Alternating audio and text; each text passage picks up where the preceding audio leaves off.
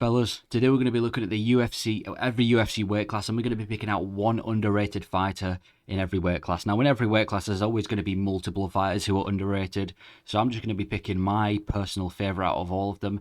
An underrated fighter is essentially a fighter who has a lot of skill, but not enough recognition to back that up. And people who could be serious threats to the champion or could be in talks of a title fight soon, who don't really get the recognition that they deserve because some of them aren't being too stacked of a weight class. Some fans kind of neglect them because they're not the funnest fighters. Some fans are aware of them, but they don't like to accept them because they think they're, they just kind of, I don't know, but they just push them to a side. So today we're going to be looking in every UFC weight class and picking out one person who I think is underrated. Starting off with heavyweight, I'm going to go Sergey Spivak. Sergey Spivak, he's very underrated. When anyone's talking about Sergey, they're talking about Sergey Pavlovich. He's about to fight Cyril Gane at UFC Paris, and if he beats Cyril Gane, which he has a good chance, by the way, because he is a top-level grappler, if he beats Cyril Gane, he might actually be fighting for a title very soon. I don't think the UFC are going to I can't speak. I don't think the UFC are going to give him a title fight immediately after beating Gane, because UFC probably, like I said, he's underrated. He's not a huge name in the heavyweight division. They're probably not going to be able to sell pay-per-views by putting Sergey Spivak as a main event, but he's actually underrated. You look at his fights, he's a fun grappler as well. He's not just one of these grapplers that takes you down and pins you down. He's fun to watch. He's genuinely fun to watch, and he's an amazing grappler. What he did to Derek Lewis, there's a kind of a joke that goes around: when you take down Derek Lewis, he's going to immediately get back up. Sergey Spivak kind of goes away from that. And yes, Derek Lewis gets up when he gets taken down by Spivak, but Spivak just drags him down. Even to Greg Hardy, when he fought Greg Hardy, just took him down, and then whenever Greg Hardy thought he was getting back up, straight back down. He's got some amazing judo. He's a beast on the ground, very crafty, and he can actually hold his own on the feet. He's only recently been TKO'd by Tom Aspinall, and Tom Aspinall is one of the most crafty strikers in the heavyweight division, so there's no shame in that. And I actually think he'd have a good chance against Cyril Gane, considering Cyril Gane's he's a good striker, very athletic, but his grappling's not there, as we saw with Francis Ngannou and John Jones. I think Spivak holds a real good chance against Cyril Gane. If Spivak comes in with the right game plan, I think he holds a real good chance. Like I said, great grappler. No one really talks about him as well. All the focus is on Pavlovich, Jones, Aspinall, people like that. No one ever really accepts Sergey Spivak, so it's kind of annoying. But Sergey Spivak is a great grappler, and like I said, if he goes out there and he beats Cyril Gane quickly, which he has a very good chance to, because look at what he did to Greg Hardy, and Greg Hardy's like the size of Cyril Gane. If he goes out there and mauls Cyril Gane, he might actually be fighting for a belt soon. So for someone that's like 1 or 2 fights away from a title fight, he doesn't get enough recognition. So I'm going to go heavyweight Sergey Spivak. Light heavyweight, I'm going to go Nikita Krylov. I think he's Nikita Krylov. He's kind of the dark horse of the light heavyweight division. Like I said about heavyweight, everyone's focused on Jamal Hill, Yuri Prohaska, Alex Pereira, Jan Blachowicz, Ankalaev. Why is no one accepting Nikita Krylov? He has had quite a few losses in his career, but he's on a bit of a streak right now. He KO'd Alexander Gustafsson in a minute. I don't know how long it was. He KO'd Alexander Gustafsson pretty quickly, and I know that's a washed Gustafsson, but still, he did it. Then he goes and fights Volkan Oezdemir and gives him a decision. Volkan Oezdemir, talented light heavyweight, and then he fights Ryan Spann and submits him in the first round. And I know Ryan Spann, kind of put himself into the submission, but he still beat him. Nikita Krylov's a genuine contender. He did lose to Ankalaev, but that was by decision, and he lost to Paul Craig. And in my opinion, if you lose to Paul Craig, that actually means you're a good fighter, because Paul Craig tends to submit people. Paul Craig submits people that are good and loses to people that are bad. It's a really weird thing. He beats people like Jamal Hill and Ankalaev and Nikita Krylov, but then he loses to people like Johnny Walker and other unranked fighters. Well, not unranked fighters, but Volkan Oezdemir type guys. So losing to Paul Craig actually means you're a top level fighter and you should continue rising the rankings. And he's on a winning streak, like I said, and he can finish you on the floor and the feet. He's finished many fighters on the feet and the floor. He can hold his own on grappling. Wherever the fight goes, there's never really a huge threat when you're against him. There's a threat from him, but there's never really he's a balanced fighter is what I'm trying to say. He's ranked number 6. No one ever talks about him. And I think he could bring a real tough test to some of these light heavyweight contenders. Jan Blachowicz could give Jan Blachowicz a run for his money. I know he's fought Jan Blachowicz before and lost, but Again, I think he could give some of these contenders a run for his money. No one really talks about him when they should be, so I'm going to say for light heavyweight, it is Nikita Krylov. Talented, balanced, good fighter. Like I said, dark horse of the light heavyweight division. Middleweight, I'm going with Roman Dolidze. He kind of reminds me of Vincente Luque as kind of the dangerous guy, dangerous dark horse who no one really remembers, but he's a very talented guy. He's super talented, he's Roman Dolidze. He's dangerous. He's got genuine knockout threat. I mean, before he fought Marvin Vettori, he finished Jack Hermanson. He finished Phil Hawes. He finished Kyle Dorcas. He's on a bit of a winning streak before that. Only recently lost to Derek Brunson. Only recently lost to Vettori, and obviously lost in 2021 as well. But even before the 2021 loss, he was on a huge winning streak by finish. Like, he started his UFC career with 4 first-round finishes, and then it was a round 2 finish. Sorry. So he's got some good. He's very dangerous, and he's going to maul Derek Brunson at UFC 295. He's matched against Derek Brunson at UFC 295, and he's going to absolutely maul him. Derek Brunson has no chance. This is probably going to be Brunson's retirement fight. Roman Dolidze is a serious threat, and no one talks about him. Like, he did lose to Vettori in what was a fairly boring fight at UFC 286, I think it was, but he's still very dangerous, is Roman Dolidze. If he changes a couple of things up, he could genuinely be a huge threat at middleweight to these contenders. And I think, give it 1 year, he could be in the top 5. He's going to beat Brunson, then he'll move on, fight another contender, and then he'll be in the top 5. Roman Dolidze, for me, he's underrated, doesn't get talked about a lot, but just wait. He's the Vincente Luque. He's going to come back. He's going to make a comeback, spark Derek Brunson out, spark someone else out, and he'll be in the top 5 within no time. Welterweight. Is Belal the Bum Muhammad, the most boring fighter in the UFC, but he's underrated. It's boring, but it works. Belal Muhammad's underrated. He's boring, don't get me wrong, but it actually works. He destroyed Gilbert, but I know Gilbert Burns was somewhat injured in that fight, but he beat Gilbert Burns, outstruck him. He outstruck Gilbert Burns, who was meant to be one of the better strikers at welterweight. He's actually a decent striker as well. He even finished Sean Brady, who was meant to be this insane striker. So I think Belal Muhammad kind of gets talked bad about because of his striking. When in reality, he just doesn't really tend to take risks a lot. But I feel like recently he's been taking a lot more risks.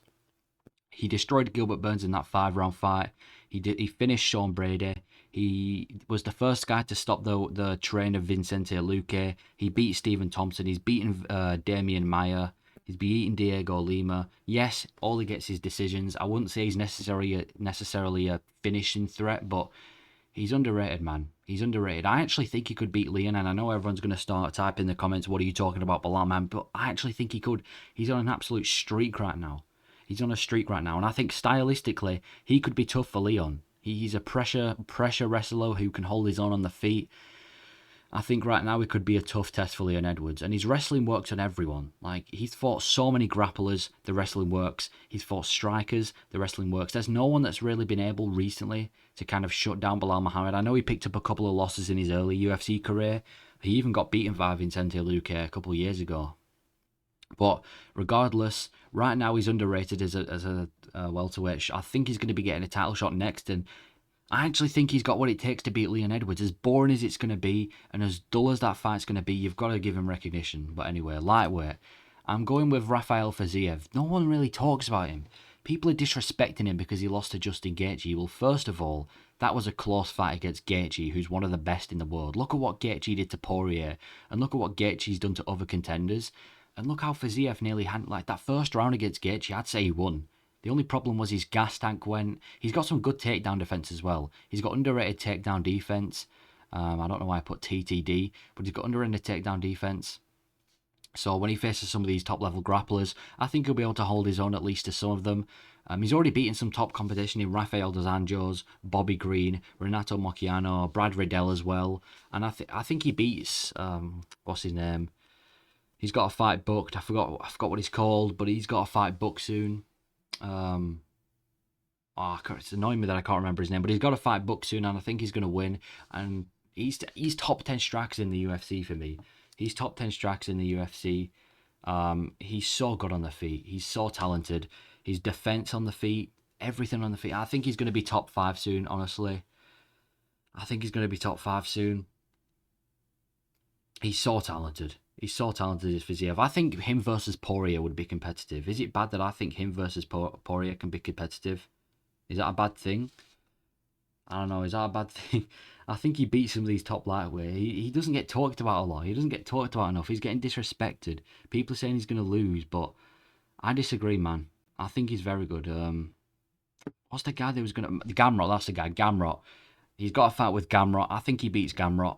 Gamrot's got some grappling threat, but I think he's going to, evade the takedown defense. And I think he beats Gamrot. So I'm going to pick Fiziev to win that fight. Doesn't get talked about enough, and he should do, because he's one of the best strikers in the UFC.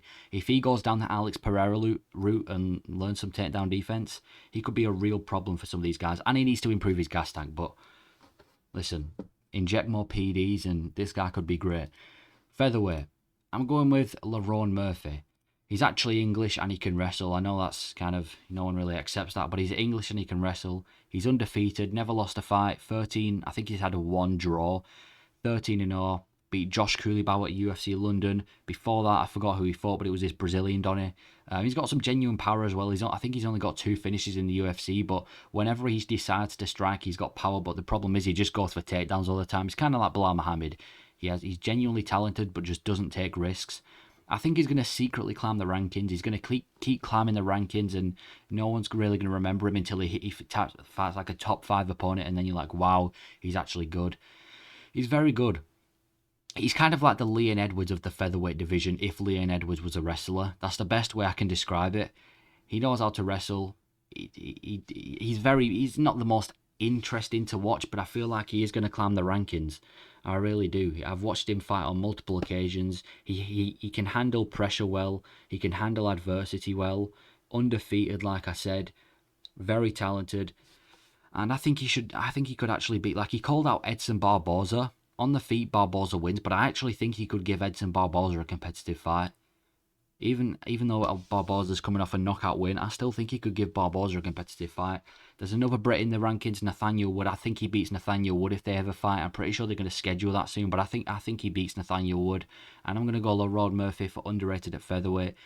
Like, I can, in the next 2 years, I can really see him fighting for well, maybe not the next 2 years, but the next 3 years, let's say 2025, 2026, I can see him fighting for a belt.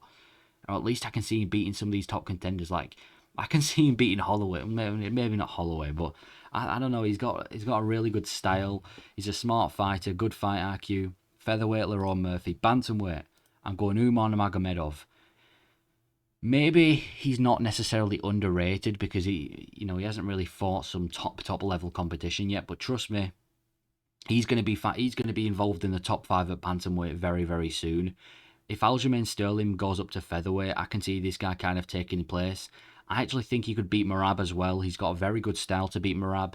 And a lot of these other featherweights, if he fought Sandhagen, I don't think Sandhagen would have won that fight. He's willing to strike, unlike a lot of Dagestanis. He's actually willing to strike. He's not just the type. He's not just like a Habib or other. I know Islam's also willing to strike, but he's willing to take risks. He's got genuine knockout power as well. He's got finishing ability on the feet and on the floor. He's got so many submissions on his record as well. He's an absolute submission beast, and obviously he can wrestle because his last name's Nurmagomedov. He's 16-0. Never lost a fight. Dagestani. It's all going right for him, man. I really wanted to see that Sandhagen fight. Do I think Sandhagen should have taken the fight? No. Would it have been a good fight for Umar? Yes. He needs to fight someone higher ranked.